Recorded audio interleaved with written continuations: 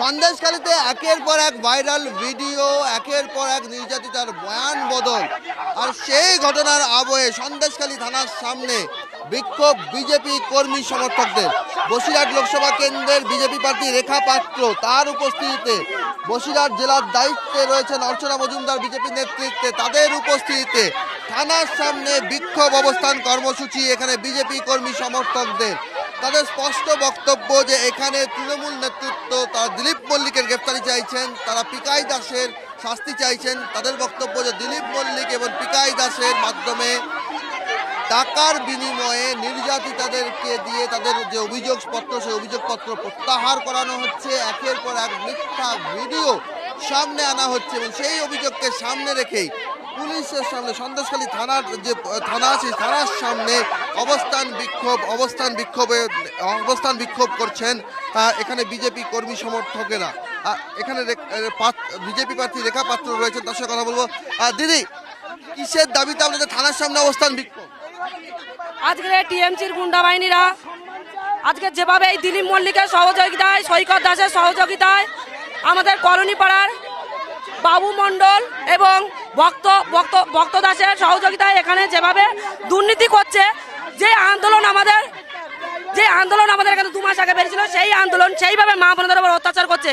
আজকের সাগরীকে রাতের অন্ধকারে তুলে নিয়ে গিয়ে ওর হাতে 20,000 টাকা ধরিয়ে গাড়ির ভেতরে রেখে ওকে ভয় দেখে হুমকে ওর থেকে মিথ্যা বাইট নিয়েছে। আজকের ওর থেকে কেস তুলিয়ে আমাদের নামে কেস করার হুমকি দেওয়াচ্ছে। তারপরেও আজকে টিএমসির লোকের থেকে এই সৈকত দাস, টুকাই দাস, এরা 10টা মায়ের হাতে 1000 টাকা করে কাগজের খামে করে টাকা দিয়ে সবাইকে দিয়েছে, দিয়ে টিএমসির থেকে দিয়েছে, দিয়ে সেটা মা বোনদের নামে বলেছে যে এইটা আমরা দেখাবো, দেখিয়ে আমরা বলবো যে আজকের বিরোধী নেতা শুভেন্দু অধিকারী এই টাকাটা দিতে বলেছিল। এইরকম করে মানুষকে ভয় দেখাচ্ছে। যারা নির্যাতিতা, যারা বয়ান বদল করছেন, তারা বলছেন তারা স্বেচ্ছায় করছেন, এরকম ধরনের কোনো ঘটনা ঘটেনি, টাকা দেওয়ার অভিযোগ মিথ্যা। এরা তৃণমূলের চক্রান্ত, এরা পদে পদে সাধারণ মা বোনের উপর অত্যাচার করে গেছে। আমাদের এরা কোনো রাজনৈতিকভাবে আন্দোলন ছিল না, রাজনৈতিক আমাদের সাহায্য করেছে মাত্র ভারতীয় জনতা পার্টি আমাদের পাশে এসেছে।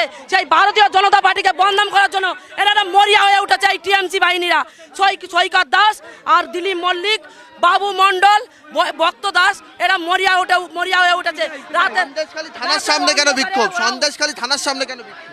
দেখুন, আজকের এই রাজ্যের পুলিশ রাতের অন্ধকারে জেলেখালিতে একজন কর্মীর বাড়িতে গিয়ে, সে বাড়িতে ছিল না, তার স্ত্রী, তার বয়স্ক মা ছিল, দরজায় লাথি মেরেছে।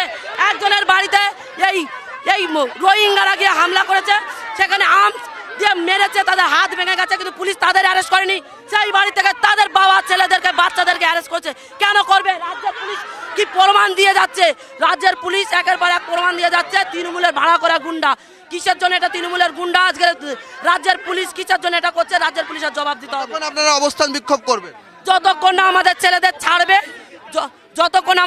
ছাড়বে, যারা দোষ করেছে দিলীপ মল্লিক, পিকাই দাসকে অ্যারেস্ট করবে, যতক্ষণ বাবু মণ্ডল, যতক্ষণ ভক্ত দাসকে অ্যারেস্ট না করবে, ততক্ষণ আমরা আমাদের বিক্ষোভ চালিয়ে যাবো। আমরা এখানে ধর্নায় বসে থাকবো।